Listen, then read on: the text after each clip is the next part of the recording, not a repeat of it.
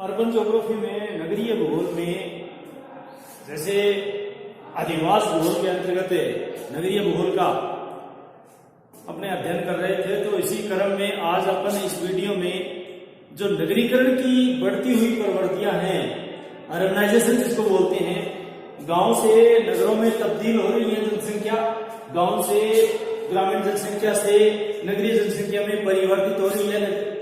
विशेष करके जो बढ़ती हुई जनसंख्या, बढ़ता हुआ औद्योगिकरण, जो बढ़ती हुई विशेष प्रकार के जो तकनीकी हैं, उसका स्वरूप है वो धीरे धीरे जो कृषि का जो स्वरूप है वो भी बदल रहा है। कृषि का विकास के साथ साथ उसका स्वरूप भी चेंज हो रहा है। कहने का मतलब है कि नगरीकरण एक गंभीर समस्या है। नगरीकरण एक गंभीर समस्या है। अर्बनाइजेशन यानी कि जो गांव से शहरों में तब्दील हुई जनसंख्या का और बढ़ता हुआ ग्राफ है वो नगरीकरण का बढ़ता हुआ जा रहा है। तो आज अपन नगरीकरण के बारे में पढ़ेंगे, विशेष करके भारत के संदर्भ में, विशेष करके भारत के संदर्भ में। जो भारत में नगरीकरण का इतिहास है वो काफी लंबा रहा है। भारत में नगरीकरण का जो इतिहास है वो काफी लंबा है, क्योंकि प्रारंभ से ही देश में, शुरू से ही देश में कृषि का विकास था और कृषि का जो रूप था वो निर्वहन स्वरूप रूप था। निर्वहन स्वरूप रूप होने के कारण एवं उद्योगों व जो उद्योगों का अत्यधिक स्थानीयकरण है वह परिवहन का कम विकास होने के कारण ही ग्रामीण क्षेत्रों में नगरों की ओर स्थानांतरण भी एक धीमा रहा है भारत में। और विशेष करके जबकि नगरीय जनसंख्या की जो प्राकृतिक वृद्धि दर है वो भी कम रही है। अगर अपन एक कैलकुलेशन देखें तो सन 1901 में देश में कुल 1917 नगरीय स्थानों में कुल 2.58 करोड़ व्यक्ति निवास करते थे। इसमें से देश की जो तत्काल राजधानी जो उस समय थी कोलकाता, देश का सबसे बड़ा नगर था कोलकाता उस समय 1901 में। और जो विशेष करके उसके बाद में अपने आता है मुंबई और उसके बाद में चेन्नई। मुंबई और चेन्नई कहने का मतलब है कि ये तीन बड़े नगर थे, कोलकाता, मुंबई और चेन्नई, जो एक दूसरे से क्रमानुसार, जैसे पहले नंबर पर अपने कोलकाता, दूसरे पर मुंबई और तीसरे पर चेन्नई। इस समय छोटे नगरों की प्रधानता थी, जिसका मुख्य सकेंद्र यदि देखा जाए तो गंगा सतलज का जो मैदान है, अपने यमुना नदी का और विशेष करके सतलज गंगा का जो मैदान है, और हुगली घाटी है। हुगली घाटी गुजरात, पश्चिमी महाराष्ट्र और दक्षिणी भारत के तटीय मैदानों में ही था। थार का मरुस्थल, हिमालय के जो क्षेत्र थे, पूर्वांचल में नगरीय क्षेत्र में एक नगण्य शाही भाग था, नए के बराबर था थार का मरुस्थल। और जो हिमालय का एक पर्वतीय क्षेत्र है, जिसको बोलते हैं अपने पर्वतीय क्षेत्र, हिमालय पर्वतीय क्षेत्र, थार का मरुस्थल, हिमालय पर्वतीय क्षेत्र, तथा जो पूर्वांचल में था उसमें नगरीय क्षेत्र नगण्य थे। इस प्रकार देश में 20वीं शताब्दी में हुए नगरीकरण की प्रवृत्तियों के आधार पर यदि देखें तो उनको विभिन्न कालों के आधार पर, कालिक समूहों के आधार पर बांट करके अध्ययन कर सकते हैं। अपने विभिन्न कालों में बांटा गया है, उनको विभिन्न काल समूहों में बांट करके, कालिक समूहों में बांट करके अध्ययन किया गया है। जैसे पहला है धीमा नगरीकरण काल। धीमा नगरीकरण काल यानी कि कालों में बांट करके यदि करें तो धीमा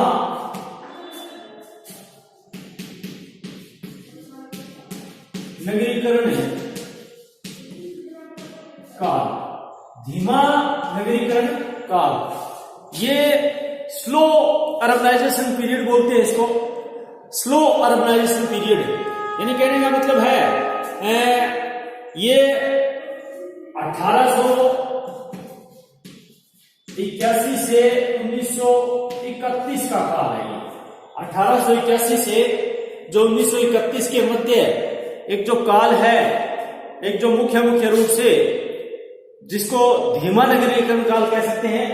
यानी भारत में यदि नगरीकरण की प्रवृत्ति को समझने के लिए अपने को विभिन्न कालों के माध्यम से, विभिन्न पीरियड के माध्यम से समझना पड़ेगा, जिसमें सबसे पहला है स्लो अर्बनाइजेशन पीरियड, अर्थात धीमा नगरीकरण का काल।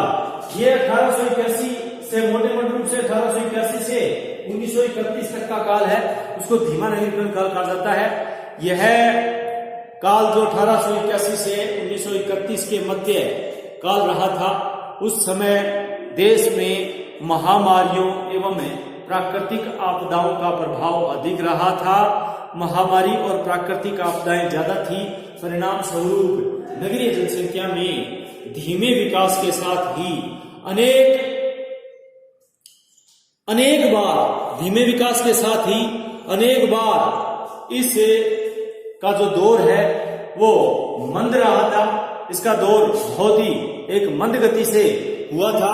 कहने का मतलब है कि जो धीमा काल कहते हैं अपने नगरों का, वो मंद गति से इस काल में महामारियों का वर्चस्व ज्यादा रहा था। कहने का मतलब प्राकृतिक आपदा एवं महामारियों, प्राकृतिक आपदा एवं महामारियों के प्रभाव अधिक रहे थे इस काल में, और नगरीय जनसंख्या में धीमे विकास के साथ ही ये काल अनेक दौर से गुजरा है। इस अवधि में यदि पहला दौर देखें, इसी में 1881 से लेकर के 1931 के मध्य का जो दौर है, इस अवधि में 1903 से 1908 का जो है, 1903 से 1908 में अकाल पड़ा था। 5 साल लगातार अकाल पड़े थे, 3 से लेकर के 1903 से आज तक अकाल। 1904 का एक आया था महामारी प्लेग, 1904 में प्लेग, और 1905 से लगा करके फिर 1908 में एक मोती झरा, वह 1908 का मलेरिया, जो ये प्रमुख कारण रहे थे। अगर इसमें विभिन्न अवधि में यदि देखा जाए तो 3 से 8 का जो है वो अकाल का काल रहा था। अकाल पड़े थे, अनावृष्टि जिसको बोलते हैं, भयंकर अकाल पड़े थे। और इसी दौरान 3 से 8 के बीच में एक 1904 में एक महामारी आई थी, जैसे अब कोविड-19, ये जो कोविड-19 है, इस प्रकार से जो कोरोना की महामारी है, तो वो एक प्लेग नाम की जो भी महामारी आई थी वो 1904 में, और 1905 से लेकर के 1905 से 8 तक है मोती झरा, और 1908 में विशेष करके मलेरिया जैसी प्रकोप प्रभावी रहे थे। इस प्रकार 1881 से लगा करके 1931 का, 1881 से लगा करके 1931 तक जो नगरीय जनसंख्या है वो 9.3% से बढ़कर के 12.2% हो गई थी। यानी इस काल में 9.3 से बढ़कर के 9.3% से बढ़कर के 12.2% तक हो गई। कहने का मतलब है कि 9.3% से बढ़कर के 12.2% तक ही हो सकी। यानी कि लगभग 3% ही बढ़ोतरी हो सकी। तो कोई न के बराबर है, ये धीमा नगरीकरण काल है। 9.3 पहले से थी, उससे बढ़कर के कितनी होगी 12.2, यानी कि 3% की बढ़ोतरी हुई थी, कोई विशेष नहीं हुई थी। भारत में यदि नगरीकरण का जो एक कालों के आधार पर देखें तो धीमा काल कहा जाता है इसको, धीमा नगरीकरण काल।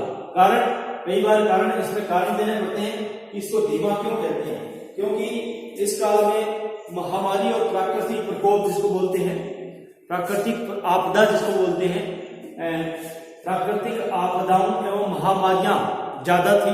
प्लेग जैसी बीमारियां, मोती झरा और अपने मलेरिया, ये सब महामारियां। और प्लस में 1903 से लगा करके 1908 के बीच में एक अनावृष्टि, जिसको अकाल बोलते हैं, भयंकर अकाल पड़े थे। इस कारण से इसमें इसको धीमा काल कहा जाता है।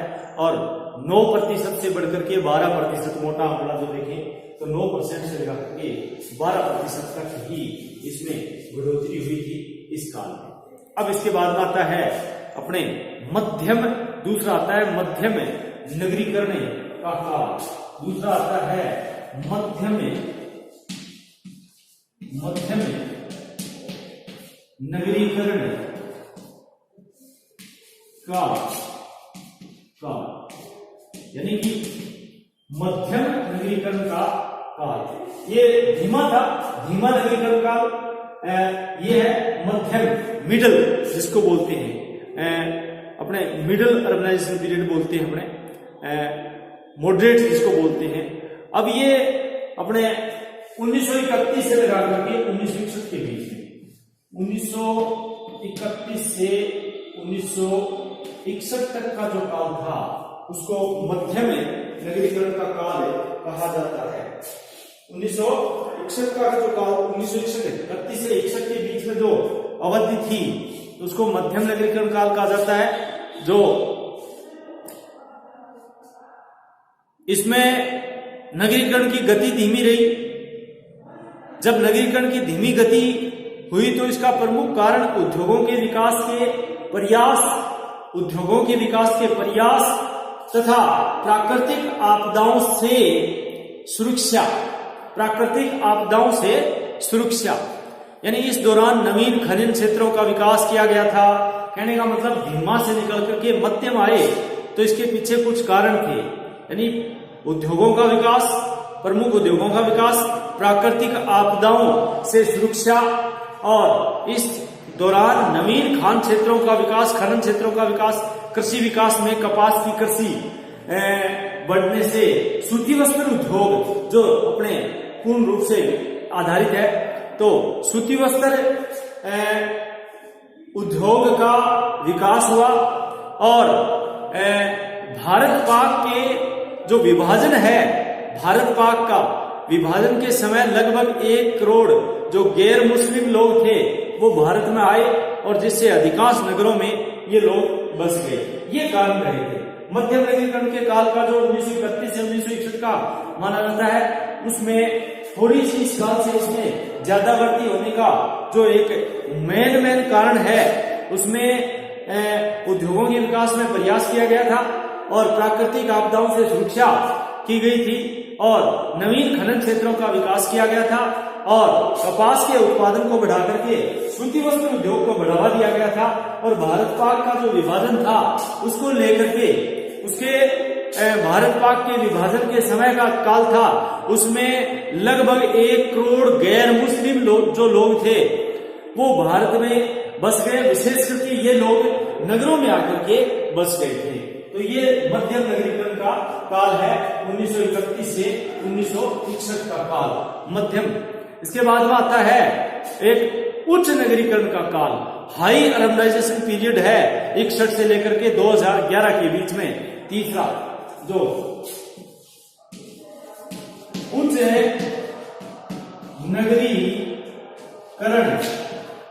नगरीकरण का काल, और ये काल है 1961 से लेकर के 2011। ये हाई है, उच्च नगरीकरण का काल, यानी जो नगरों में तब्दील हो रही है पॉपुलेशन, उसमें तीसरा जो काल अपने अध्ययन करके, जो अध्ययन की दृष्टि से, सुविधा की दृष्टि से अपन ने ये धीमा, मध्यम, उच्च, ये जो विभाजित किया है, ये थोड़ी सी जो अध्ययन की सुविधा की दृष्टि से इस कालों को मान करके और सुविधा की दृष्टि से विभिन्न कालों के माध्यम से, तो उच्च हाई अर्बनाइजेशन जो पीरियड था वो जो इससे जस्ट पहले वाला जो काल है, जो 1961 से 2011 तक रहा था, जो इसको बोलते हैं अपने उच्च नगरीकरण का काल 1961 से 2011 तक के काल रहा, जिसमें मुख्य रूप से नगरीय जनसंख्या 1961 में 7.90 करोड़ से बढ़ करके और 2011 में यानी 7.90 करोड़ से बढ़ करके 2011 में 37.71 करोड़ हो गई। कहने का मतलब है कि ये 1961 में जो जनसंख्या थी वो 7.90 करोड़ थी और वो बढ़ करके 2011 में 37.71 करोड़ पॉपुलेशन हो गई थी इसमें। तो इसका प्रमुख कारण क्या था? इसका इतनी बढ़ोतरी का कारण था, इसका प्रमुख कारण था ग्रामीण क्षेत्रों से नगरों की ओर जनसंख्या का जो विशेष करके प्रवास, ग्रामीण क्षेत्रों से नगरों की ओर जनसंख्या का प्रवास, मृत्यु दर में कमी और मृत्यु दर में कमी से प्राकृतिक जो वृद्धि दर है उसमें बढ़ोतरी और तीव्र औद्योगिकरण का विकास, तीव्र औद्योगिक विकास, परिवहन विकास, ये सभी कारण थे। शहरों में बढ़ती हुई जनसंख्या है उसमें विशेष करके जो अवसरों, शहरों में बढ़ती हुई जनसंख्या के अवसरों ने ग्रामीण जनता को बड़े स्तर पर एक आकर्षित किया है। इस प्रकार से एक मुख्य जो कारण रहा था उसमें उच्च नगरीकरण में, उसमें मेन जो कारण था वो ग्रामीण क्षेत्रों से नगरों की ओर जनसंख्या का प्रवास और ग्रामीण क्षेत्रों से नगरीय जनसंख्या की ओर, नगरों की ओर प्रवास और मृत्यु दर में कमी, प्राकृतिक वृद्धि दर में बढ़ोतरी, तीव्र औद्योगिक विकास और परिवहन के साधनों का विकास, ये सभी कारण इसमें माने जाते हैं। परिवहन का विकास किया गया था, औद्योगिकरण का विकास किया गया था और ग्रामीण जनसंख्या का ज्यादा से ज्यादा पलायन है वो नगरों की ओर आकर्षित होकर के बढ़ा। तो इस कारण से यह जो 1961 से लेकर 2011 के बीच में जो काल था वो हाई अर्बनाइजेशन का काल माना जाता है। तो तीन काल अपन ने पढ़े। धीमा नगरीकरण का काल जो 1881 से लेकर के 1931 के बीच में धीमा नगरीकरण काल था भारत में, और एक मध्यम नगरीकरण काल जो 1931 से लेकर के 1961 के मध्य का काल, और एक हाई उच्च नगरीकरण का काल था 1961 से लेकर के 2011 के मध्य का, ये सबसे हाई। अब इसी से जुड़ी हुई भारत में नगरीकरण की जो प्रवृत्तियां हैं उसका एक क्षेत्रीय प्रतिरूप समझें, जिसको अपने regional pattern of urbanization in India के नाम से जाना जाता है। Regional pattern of urbanization in India, Bharat में नगरीकरण की प्रवृत्तियों का क्षेत्रीय प्रतिरूप क्या है? ये अपन 2011 की जनगणना के आंकड़ों के अनुसार ज्ञात होता है कि भारत की जो कुल आबादी है, भारत की जो कुल जनसंख्या है उसका 31.2%, 31.2%। 2011 के आंकड़ों के अनुसार 2021 की जनगणना होने वाली है अभी। 2011 की जनगणना के अनुसार कुल जनसंख्या का 31.2% भाग नगरीय क्षेत्रों में निवास करता है भारत का। लेकिन प्रदेश विशेष में इसमें तीव्र असमानता पाई जाती है।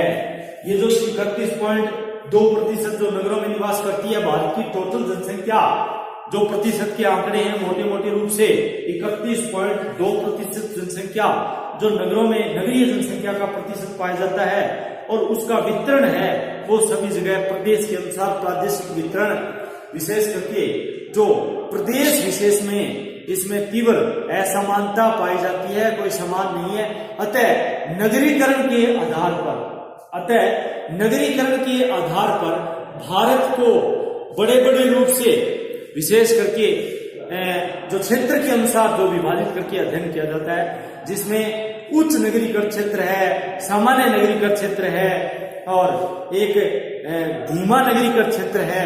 यानी उच्च और सामान्य और निम्न नगरीकरण क्षेत्र है। इन भागों में बांट करके अपने अध्ययन कर सकते हैं। कुल मिलाकर के पहला लेते हैं उच्च नगरीकरण क्षेत्र, यानी हाई अर्बनाइज्ड रीजनल, उच्च नगरीकृत अर्बनाइज्ड, हाई अर्बनाइज्ड रीजनल, यानी उच्च नगरीकृत क्षेत्र। अब ये इनमें कौन कौन से आते हैं?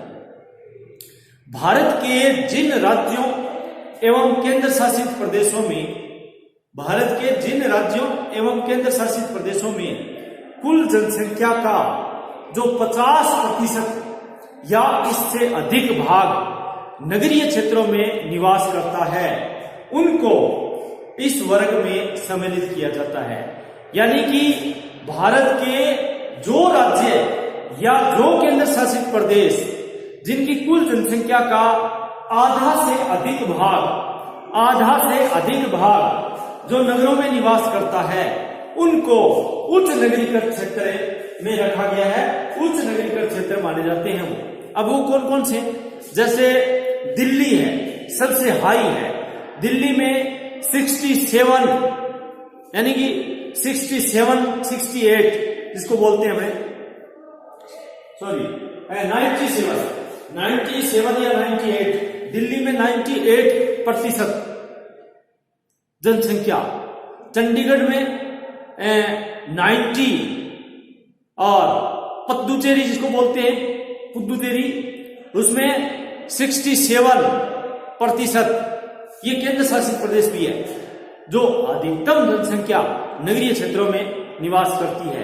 कहने का मतलब है दिल्ली की 97-98% जनसंख्या, 98% जनसंख्या, चंडीगढ़ की 90% जनसंख्या, पुदुचेरी की जो 66 या 67% जनसंख्या, ये जो 3 केंद्र शासित प्रदेश हैं उनकी जो अधिकतम जनसंख्या है वो नगरीय क्षेत्रों में निवास करती है। तो इस प्रकार से ये उच्च नगरीकृत वाले क्षेत्र कहलाते हैं। अब इसके बाद में आता है सामान्य नगरीकृत क्षेत्र, जो नॉर्मल अर्बनाइज्ड रीजन बोलते हैं, सामान्य नगरीकृत। अब इनमें जैसे 25 से 50% वाले क्षेत्र होते हैं, 25 से 50% वाले जो क्षेत्र है वो सामान्य में है। कहने का मतलब है कि जिन राज्यों की कुल जनसंख्या का 25 से 50% का भाग नगरों या नगरीय क्षेत्रों में निवास करता है, उन्हें सामान्य नगरीय प्रदेशों में सम्मिलित किया है। अब इनमें कौन कौन से हैं? इनमें जो सामान्य नगरीकृत क्षेत्र है, इनके अंतर्गत है गोवा, जिसमें 49.7777 49.77%, यानी कि 50 से कम है ये। और मिजोरम है। अब ये मिजोरम जो पूर्वोत्तर भारत है उसमें 49.50 यानी 49.5% है। और जो दक्षिणी भारत का राज्य है तमिलनाडु, उसमें 44% है। और महाराष्ट्र है उसमें 42% है। और गुजरात है उसमें 37% है। कर्नाटक है उसमें 34% है। और पंजाब है उसमें 34% है। पश्चिमी बंगाल है उसमें 28%, केरल है उसमें 26% है। ये सभी राज्य हैं वो मध्यम नगरीकृत वाले क्षेत्र वाले में आते हैं। कहने का मतलब है कि मध्यम नगरीकृत वाले क्षेत्र में वो क्षेत्र सम्मिलित किए गए हैं जिनकी कुल जनसंख्या का 25 से लगा करके 50% की आबादी जो नगरीय क्षेत्र में निवास करती है, और उनमें सामान्य नगरीय प्रदेशों को सम्मिलित किया गया है। और इनके अंतर्गत जो क्षेत्र आने वाले हैं, जो राज्य आने वाले हैं, जो केंद्र शासित प्रदेश आने वाले हैं, उसमें गोवा है, मिजोरम है, तमिलनाडु है, महाराष्ट्र है, गुजरात है, आपका कर्नाटक है, पंजाब है, पश्चिम बंगाल है, ये सभी राज्य इसमें सम्मिलित हैं। और इसके अतिरिक्त दमन एवं द्वीप केंद्र शासित प्रदेश है, जिनकी लगभग 36-37% आबादी नगरों में निवास करती है, तो वो भी इसी क्षेत्र में मध्यम में आता है। तो भारत में जो मध्यम नगरीकृत क्षेत्र है वो अपन ने अध्ययन किया। उसके बाद में आता है भारत में जो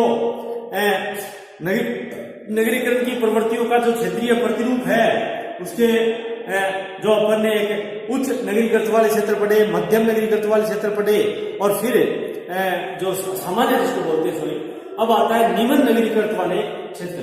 निम्न नगरीकृत क्षेत्र कौन कौन से हैं? लो अर्बनाइज्ड जो रीजन है, ये अब जिन राज्यों की कुल जनसंख्या का 15 से 25% भाग, जिन राज्यों की कुल जनसंख्या का 15 से 25% भाग नगरों में निवास करता है या नगरों में रहते हैं, उन्हें निम्न नगरीकृत क्षेत्र में सम्मिलित किया जाता है। इसमें जम्मू तथा कश्मीर J&K, जम्मू और कश्मीर, जिसमें जम्मू कश्मीर में लगभग 25% या 24.88% के साथ में नगरों में रहती है। मणिपुर जो 26-27% रहती है, मणिपुर अपने स्टेट है। और विशेष करके झारखंड जो नक्सलवादियों वाला इलाका है वो उसमें 25% है। उत्तर प्रदेश है 20% है, मेघालय 19% है, त्रिपुरा 17% है। तो ये जो स्टेट हैं, और राजस्थान, विशेष करके राजस्थान भी इसी में आता है निम्न में, 23% या 24% जनसंख्या नगरों में निवास करती है। राजस्थान में यदि देखें तो नगरीय जनसंख्या का अनुपात है वो 23.4% है। राजस्थान में 23.4% के साथ में नगरों में निवास करती है। और झारखंड है वो 22% है, उत्तर प्रदेश है वो 20 है, मेघालय वो 19 है, त्रिपुरा वो 17 है। तो ये सभी के सभी जो इस वर्ग के अंतर्गत आते हैं।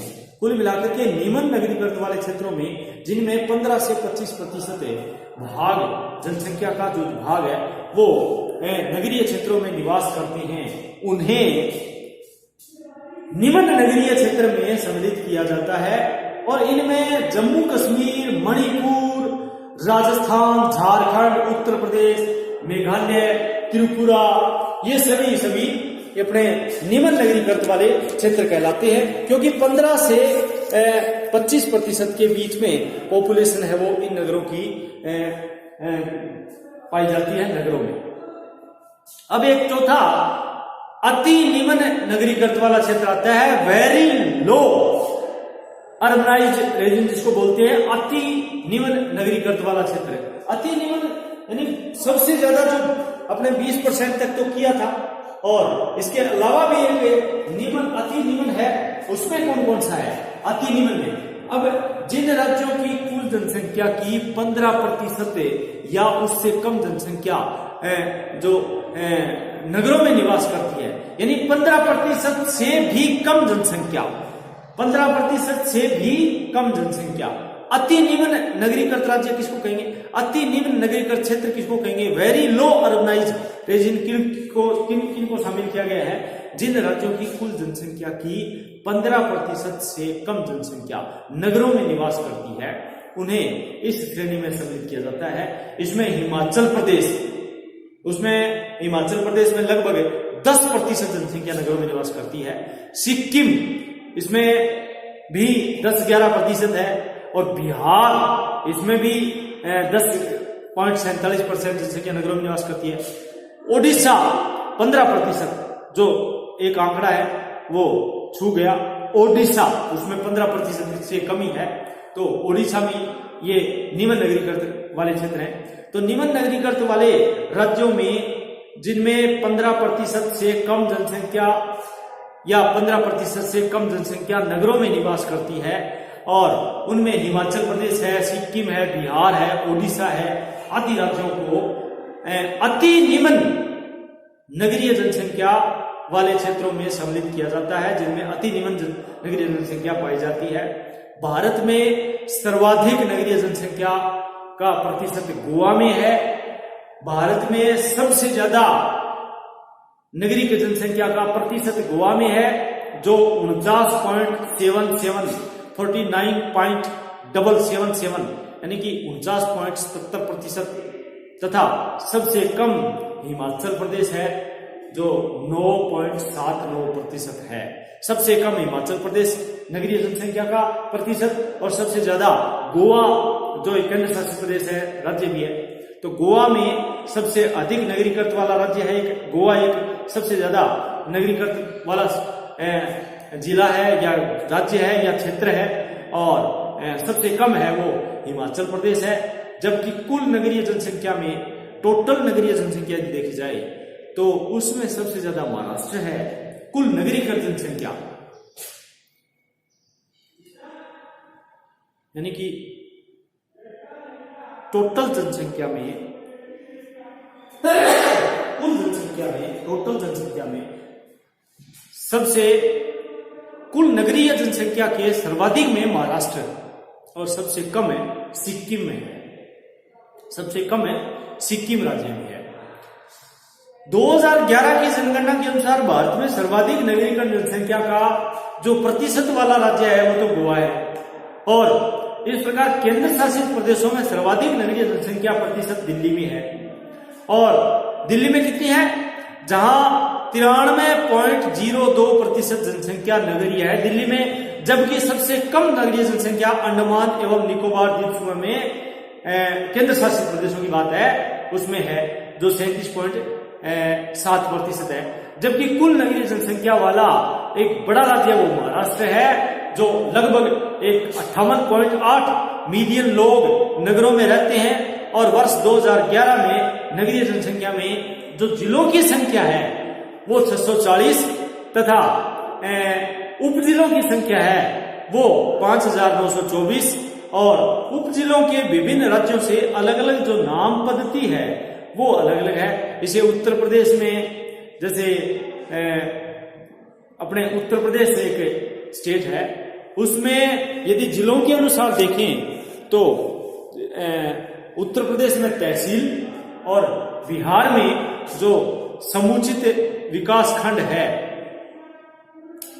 बिहार में समुचित विकास खंड जिसको बोलते हैं कम्युनिटी डेवलपमेंट ब्लॉक बोलते हैं, नागालैंड में सर्किल, मणिपुर में उपखंड जैसे अपने सब डिवीजन बोलते हैं, और मिजोरम में ग्रामीण विकास खंड रूरल डेवलपमेंट ब्लॉक बोलते हैं, ओडिशा में पुलिस स्टेशन व गुजरात में तालुक कहते हैं इसको।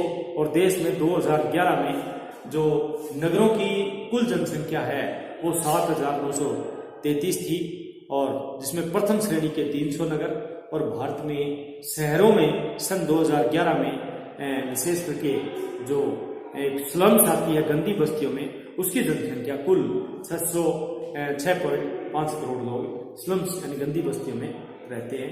तो आगे अपन अगले वीडियो में अपन करेंगे जो भारत में ग्रामीण और नगरीय जनसंख्या का जो एक आनुपातिक क्षेत्र है, और विशेष करके जो क्षेत्रीय समानताएं हैं वो अपने अगले वीडियो में देंगे।